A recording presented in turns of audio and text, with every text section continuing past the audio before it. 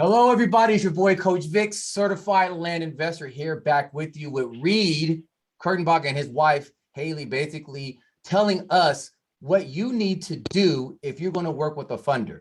Now, in the last episode, you may remember me and Reid had this conversation about using funders in the land investing business, how that works, what's in it for the investor, what's in it for the funder, and how everybody gets along and it's all roses. But after we done our first deal, it's time to get a little bit, some details in there. It's time to talk about what went well, what didn't go so well, what went on behind the scenes. And yeah, so first, let me give you guys a recap. So it was, Reid, do you remember, was it in July, June, when we first started this? Let's see. I think it was July 8th is when we actually funded the deal. There we go. Go ahead, Hailie. So it's probably June that we started to look into the property. Sounds about right. So I guess I sent out an offer, something like this, and I get a phone call. Someone saying, yeah, I want to sell. And at the time, I didn't realize that person had 3 lots. So I was like, oh, okay, well, I guess I'll just try and buy them all. At the time, I didn't have the money needed. And for the offer range I gave was roughly around $6,000 to $7,000 or so. And so he agreed to that price. I'm like, okay, well, how am I going to get the money? Well, lucky for me, Reid actually reached out to me a couple weeks prior, talking about, hey, look, I'm a funder. If you have a deal that you want to go in on, we can make something happen. So I figured this would be a great test. And I talked to Reid about it. He was like, okay, I need to do my due diligence. And then I find out later that Hailie's the one that actually did a lot of the legwork on that. So Hailie, why don't you tell us a little bit about the due diligence that you did once I presented the offer to you guys? Yeah, so what we typically do is whatever information you provided us, we look at that, as well as, I take that information, but I also trust but verify. So I always, pull up Google Earth, I pull up the property there. We look at elevation, is it in a flood zone, wetlands, anything to be concerned about, what's around the area.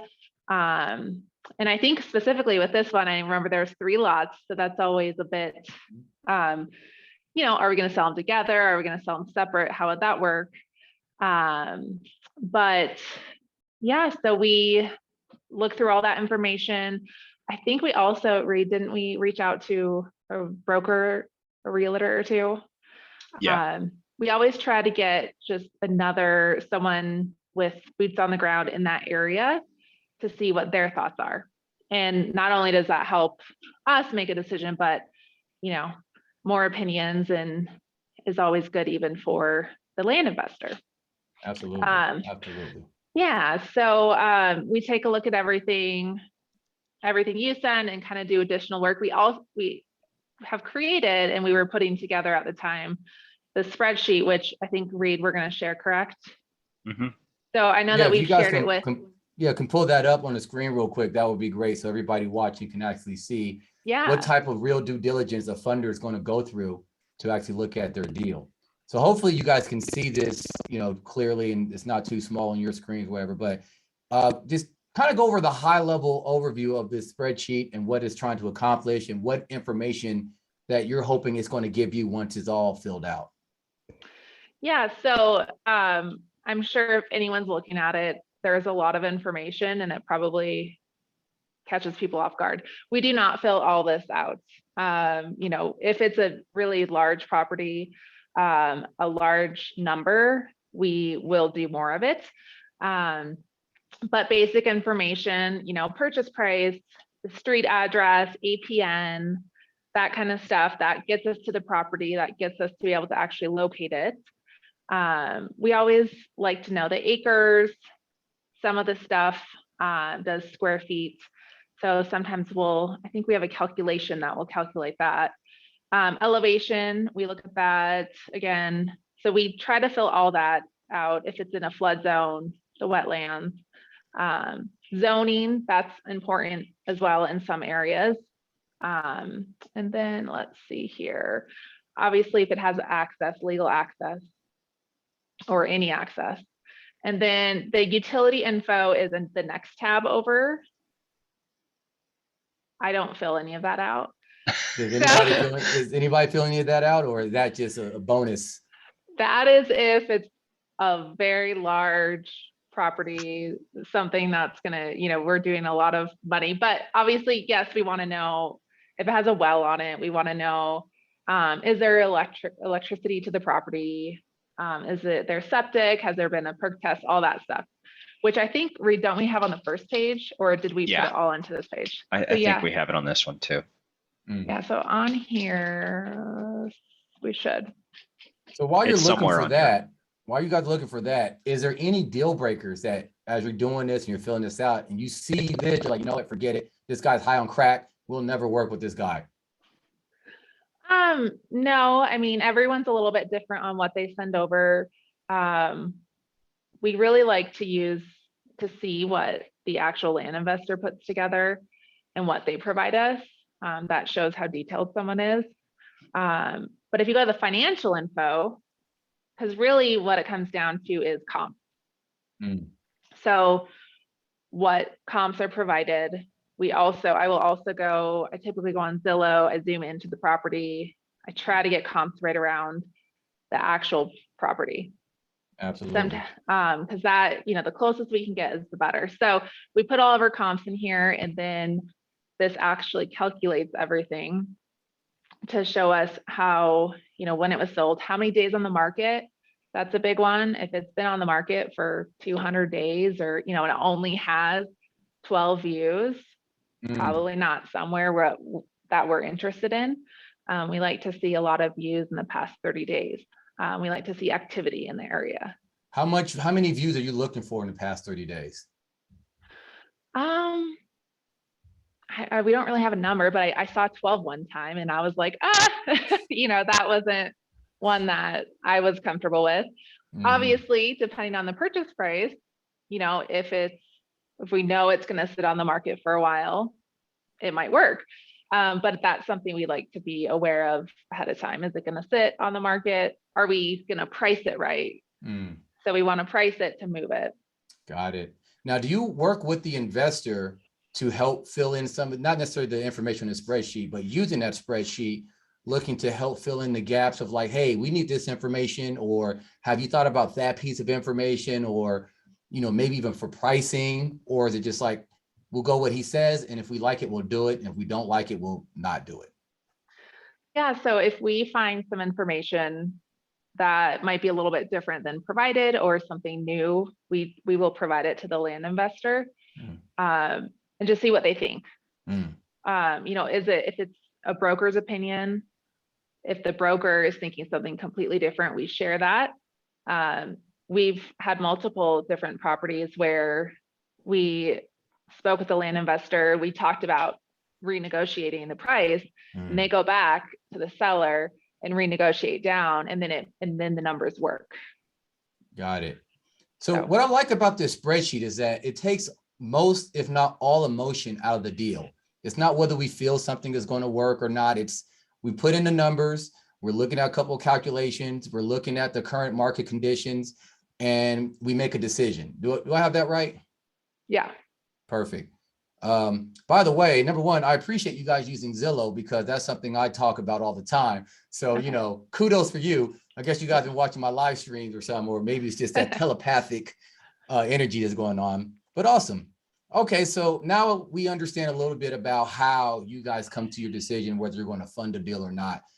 Before we move on, has there been a time when you came back to an investor like, no, we're not going to work with you for whatever reason? I don't know, Reid, has there been a time that when the deal just, maybe rephrase it in a different way? Well, let's say I came to you with the deal and you're looking at your numbers and it just didn't work, right? But for me, I'm thinking this is great because for whatever reason, have you ever had to go back to an investor after you said, yeah, let me take a look at it. You look at the numbers, you fill out your spreadsheet, you talk to a couple of brokers, and you're like, no, this ain't going to work. Have you had to turn anybody down? Yeah, when the profit's too slim. There's been a couple situations where, we see that the numbers are wildly different. Maybe they think that the property can sell for 120,000, And then we're getting several brokers telling us, no, it's like 80,000. And maybe we have the property, or the investor has the property under contract for, I don't know, 70,000. So when you look at what the commission is going to be to the broker and, title costs or closing costs and so forth, we just don't see a path to making money. So I've shared that with him and said, hey, we're all for doing this deal if you can renegotiate the numbers or renegotiate the sales price or the purchase price, I mean. But sometimes they say, well, I'm pretty confident in these numbers, and then they just kind of go on their merry way, but we don't fund them. And we just say, this is our personal opinion. This is what we found. Here's the brokers that we've talked to. We don't want you to get burned on the deal. So we try to tell them that we would highly suggest that they don't go for this deal if they're going to stick to the numbers. But some people, I don't know, maybe I guess if they have a sweetheart deal with the title company, I just don't see the room or the spread there. So we try to advise them not to do that. But again, we're not their boss. They're the driver, right? Absolutely. Well, I'm glad you at least say something. You give them a reason why, so they can actually make an informed decision going forward, and hopefully take your advice, because you're doing a lot of the due diligence that I do on my end as well. You just have it in a fancier format, but that's cool. That's cool. So let's go back to our deal. So I present this deal, 3 lots. There's certain things about it. You guys look at it. How do you guys as a couple decide, yeah, let's go for this, or no? Or they just, hey, the spreadsheet says so, so says the spreadsheet, we do what the spreadsheet says? I'll let you tackle that one, Hailie. So I think on these properties, I'm trying to remember, I think I was a little bit like, I don't know. There's 3 properties right together. I know that always makes me nervous when they're all together. Can you explain why? I would love to hear this. Just is it the plan? I guess my first question is always, are we going to sell them as one, or are we going to sell them all separate? Because if we're going to sell them all separate, that means we have to find 3 different buyers. Yeah. But that's just in my mind. So that's just something. Reid's not, you can talk, Reid. Whenever I say that, he's like, it doesn't matter. So we look at the facts.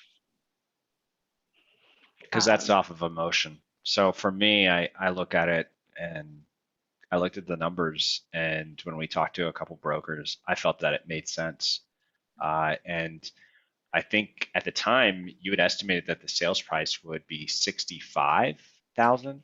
Yeah, I put it up high because that was like the upper end, and I knew there was room to go down, especially for negotiation. And I actually got some bites at 65, but these were people who wanted to pay in installments and terms and things like that. And I'm like, no, I want cash, baby. So after a while, I just like, all right, we'll lower the price, because I built that in there. And it's like, as long as I get at least 40, we'll be good. And so I just went down slowly, and then we got someone. We sold it for 50. And and that was great. And we sold it. I think the total days that we were invested in your deal was 91 days. Yeah, 91. So I was off by 1 day. Thought we had it within 90. I'm usually pretty fast, so it is what it is. So, but yeah, I think once we had that offer. Now, did you present that to Hailie? Hailie, when you saw the offer, what did you do? Were you like, no, this guy's a weakling, he needs to get more money for it? Like, give us the scoop. Oh no, we don't. So we like that, you had enough room. We always want enough room to be able to go down and still make a profit. So that's always the biggest thing. No, we never will look at something and say, no, that we want more money. We just want to turn the deal. Let's get you the next deal so we can fund it. That's Absolutely. Our thought process. So we're not going to sit on the sidelines and wait for that specific person. I think we did. Didn't we have a conversation though around an offer or something? Did you call me, or did I talk to you about like, hey, let's see? Didn't we have kind of like a philosophy discussion around the always go back and counter?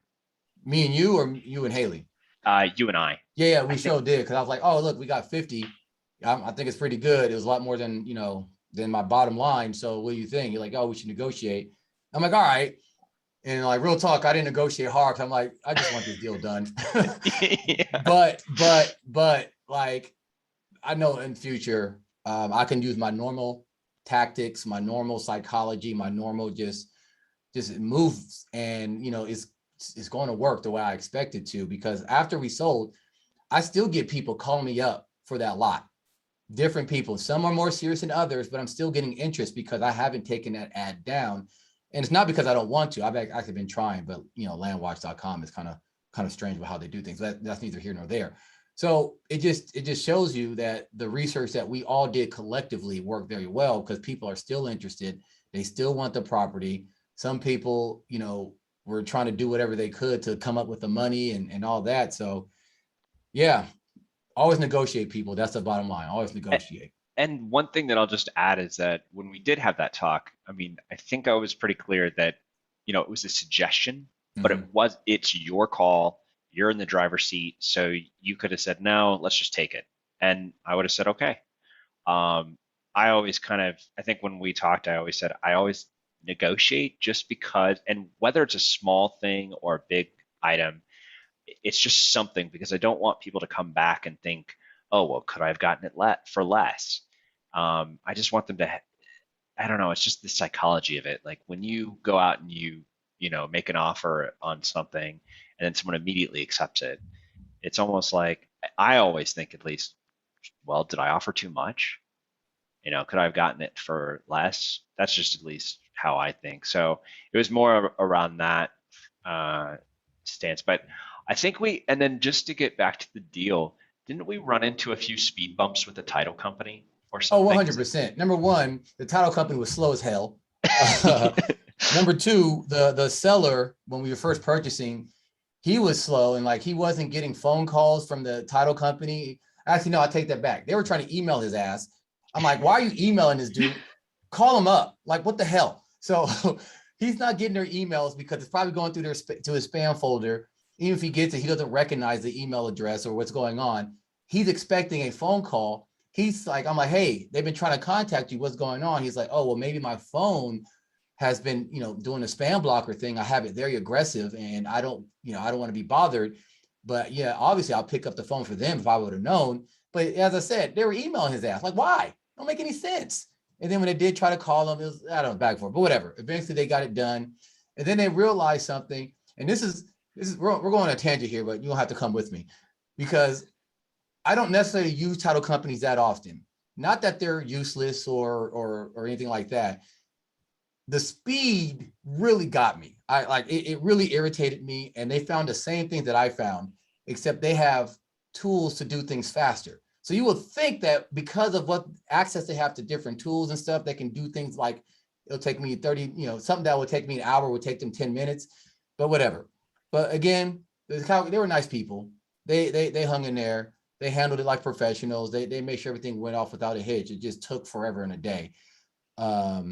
So, there's that. But yeah, those were the speed bumps came from the title company. Selling it, talking to the guy, all that, our relationship, our communication, that was fine. That was fast. So that was good. Okay, now let's go into the numbers. So we sold the property for $50,000. All right. Now, to give you guys some numbers, just so you guys know what to expect, because honestly, I was like, wait a minute. If we sell this and he gets this percentage and I get this percentage, how the hell does he make money? So if I gotta get a lot more for him to, so I was really confused. But so the way it works, people, now this is very important. So I don't want you to think that they're doing this out of the kindness of their heart. They're business people, just like we're business people. They have to make their investment back. They're the one putting up all the risk. They're the ones that's putting up all the money. All you're doing is a little bit of due diligence and talking to some folk. But, if something goes down, they're the ones out of money, not you. You're just out of a little bit of time. So at first, what happens is they will get their investment back. So they put in $1,000, they get $1,000 back. Now, if there's anything left over after that initial investment, now you guys will split that. Now, I know this is a standard, I guess, split, but can you guys tell me a little bit more of how you guys came to that conclusion that you guys gonna go with more of a standard split? Or if it's just not as standard as it seems, how did you guys come to like the percentages, getting your investment back, things of that nature? So it's not a standard split. Typically in the industry is 50-50. And this one is 45% to us, 55% to you after the net profit. So when we say that, it's, realtor fees came out of that. I mean, all that needs to get paid back. So if you spent money on drone footage for that specific property, any of those type of hard costs for that specific property, that would get reimbursed back to you along with our initial investment before the actual net profit split comes into play. Mhm. And so if you do, like, let's say you're doing a lot of volume with us, then that net profit split becomes much more advantageous for you. So instead of the 45-55, we have some that are, more, it's a lot better than that, because they're giving us this amount of volume, on the number of deals. So the more deals we do with you, the better the terms are for you. If it's like onesie twosie stuff, then it kind of just stays where it is.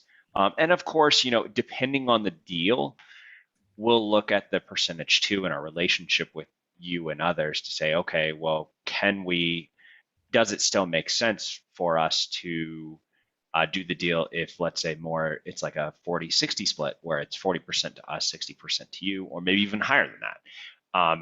It just depends on the numbers and, our relationship with you and the track record that we have. So when we looked at the numbers on this one, it made sense at those numbers that we said. And really the cost that really came out were all the title costs out of that 50K, all of the realtor fees, and then our actual investment amount. And then after those expenses, then we go to the net profit split. So you got 55%, we got 45%. Got it. Okay. The one thing I did know was about the advertising and all the other costs like that. Yeah, that's actually very important because a lot of people don't understand that you're going to have to put in some money to actually get that word out there, unless it's a lower dollar property where the free avenues will work just fine. When you're dealing with higher dollar properties, you're going to have to put a little skin in the game, but it will all come back in the end. So that's very important. I'm glad that you mentioned that. So yeah. After that, we all get our money. So the total ended up getting $12,000 some odd dollars, which is basically free money for me because I didn't have any actual capital in the deal besides a couple of $100 to advertise it. And you end up getting your investment back plus that 45%, which came out to be like 30,000 or so. And in my opinion, this is a win-win. You got your investment back plus the profit. I got free money that I wouldn't have gotten otherwise. Because honestly, without you two, I wouldn't be able to do that deal. I didn't have the money up front to pay for those lots. So, it was a great situation for me, and I hope it was a great situation for you guys as well. It was. So just to get to the real numbers, if your audience would care. So the net disbursement was $23,580.75. Mm-hmm. And so the actual funder net profit was $10,611.34. And then your disbursement was, your actual investor net profit was the $12,969.41, I believe. Yeah. So when you look at your return versus our return, so I figured before I was figuring in, I think like $1,000 or $1,000 that you had into it, but you told me no, I probably had about $500 invested with what it cost for the lead and so forth. So if you want to look at it as a pure percentage, you made close to 2,000. I have 2,593.88% return on your money. I don't know where else you can make that type of return on your money, but I thought that was pretty impressive on your side. Yeah, no, you can't unless you sell drugs. And if you sell drugs, that's a different conversation. So no, that's why I'm completely happy with it. Like, at first I was like, oh my God, I'm getting all this money. I'm like, wait a minute. Then after months came like, oh, I see. So no, this was great. So Hailie, how did you feel about the whole situation, the deal and everything else? Yeah, we were both very happy. It moved fast. Some lots do take longer, 6 months plus. So it's good that we always try to move it within, that's our kind of our goal. We always ask the brokers, what will it take to move it within 90 days? You know, we want to be the lowest on the market. We want to move the property. So yeah, we both were very happy with it. And we were happy with you. Yeah. We want to do many, many, many more deals with you. And I'm hoping to come back to San Francisco so I can buy you lunch. Oh yeah. In the future. It's just, we just look forward, and not to sound cheesy, but we just are really thankful that we have met you, and we look forward to doing more deals with you and just helping you and your family do, you know, just go wherever you want to go. Absolutely. No, I appreciate it. Thank you for the kind words, and it was great working with you. But I think that covers everything. Unless there's anything else that you guys want to share before we end this bad boy, because this was a great experience for me. I'm looking forward to the next one. Got a batch of mailers going out, so we might be working on something soon, depending on what comes back. But other than that, I think this was a great opportunity. And anybody out there that's watching this, if you're looking to get a hold of Reid and Reid and Hailie, and you want to work out a deal, Reid, we want to give them your information real quick to you know, how they should contact you, like an email or something. Yeah. So I'm going to give you my phone number. So you can always call me at 303-960-8542, or you can email me. And I have a really long last name, so I'll just give it to you and you can put it in the description if you can. Yeah, I'll put in the description. And then, or you can go to rawlandfunder.com and just submit, you know, a funding request that way. And then Hailie, I think you were going to say something too as well.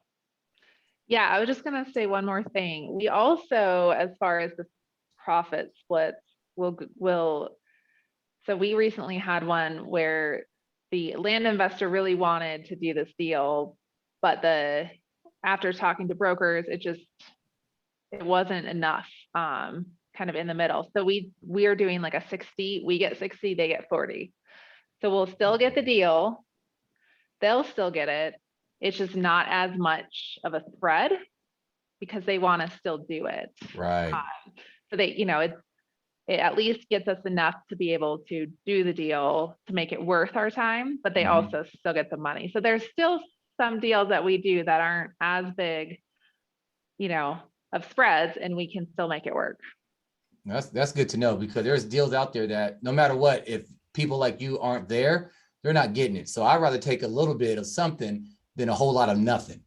Right. So no, I love it. I love it. And I appreciate that. And the hard work that you put in on this deal as well. It sounds like you did most of the work anyway. So kudos to you for that. No, kudos to you. I'm not sure why you're not actually sending out your own offers, because you're doing the same thing I do in the same method. But hey, you know, more for me, I guess. Yep. Awesome. Okay, everybody. Well, that's it for this this little roundup of our land funder deal. Hopefully you found this useful. If you have any questions, you know what to do. Hit me up. Hit up Reid. He gave you his phone number. Please don't blow it up. He got a wife. None of them late night phone calls or texts. All right. But other than that, looking forward to watching you guys win and hearing about your big deals and making sure that you can also become or certify a land investor. All right, guys. So I appreciate, thank you guys again for all of your help and for being on here and sharing your wisdom and information. And that's it. I'll see you guys later. Peace. Thanks.